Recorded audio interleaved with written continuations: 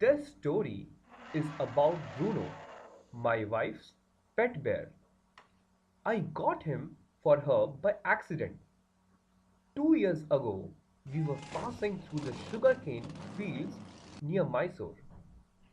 People were driving away the wild pigs from the fields by shooting at them. Three were shot dead, and the rest escaped. We thought that everything was over, and when suddenly a black bear came out, panting in the hot sun. Now, I would never shoot a bear willingly, but unfortunately for the poor beast, one of my companions did not feel that way about it and promptly shot the bear on the spot. As we watched the fallen animal, we were surprised to see that the black fur on its back moved and left the dead body.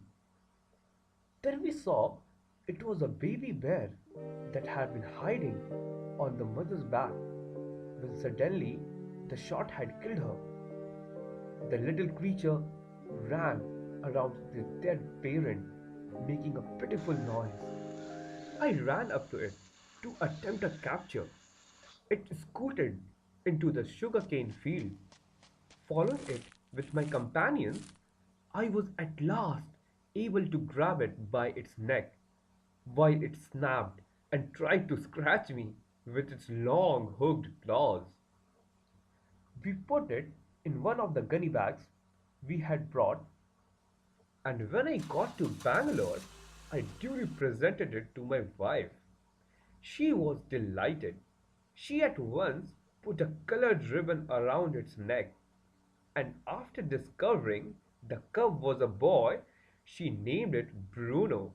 Bruno soon took to drinking milk from a bottle.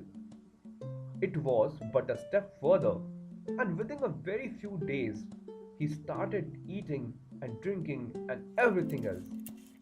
And everything is the right word, for he ate porridge made from any ingredients: vegetables, fruits, nuts, meat, especially pork, curry, and rice, regardless of spices and chilies, breads, eggs, chocolates, sweets, puddings, ice cream, etc., etc., etc.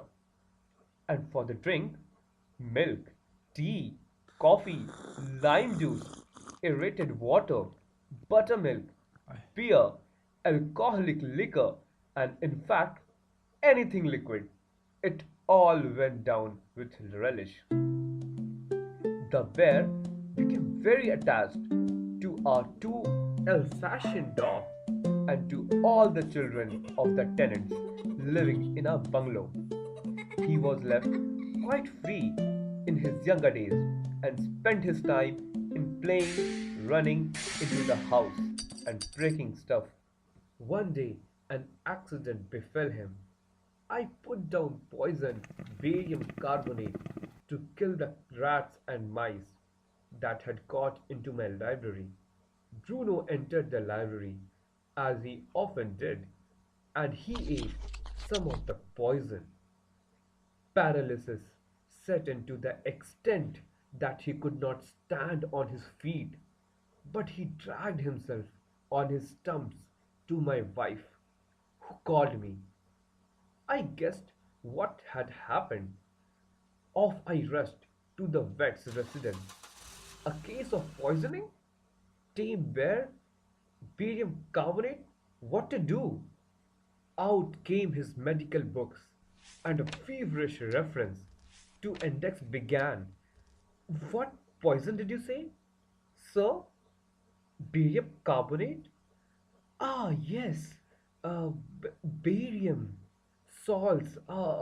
Barium carbonate. Symptoms: paralysis, treatment, injections of. Just a minute, sir. I'll bring my syringe and the medicine. A dash back to the car. Bruno still floundering about on his stumps, but clearly weakening rapidly.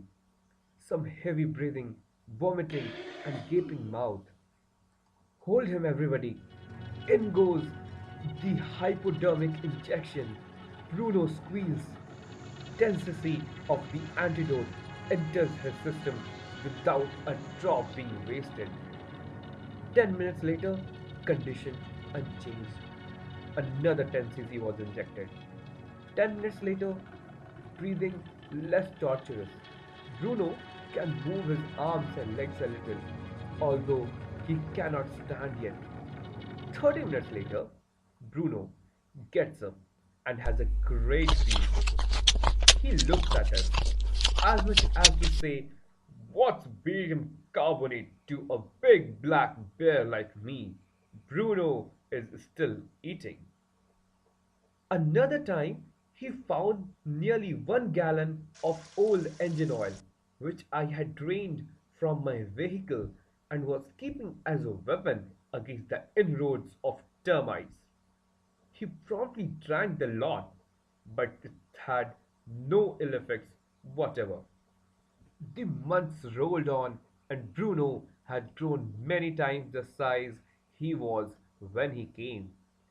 He had equaled the Alsatians in height and had even outgrown them, but was just as sweet, just as mischievous, just as playful.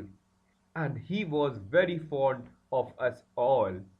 Above all, he loved my wife, and she loved him too.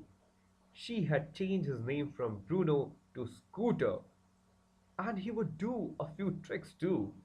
At the command, "Scooter wrestle" or "Scooter box," he vigorously tackled anyone who came forward for a rough and tumble. Give him a stick and say, "Scooter, hold gun," and he pointed the stick at you. Ask him, "Scooter, where's baby?"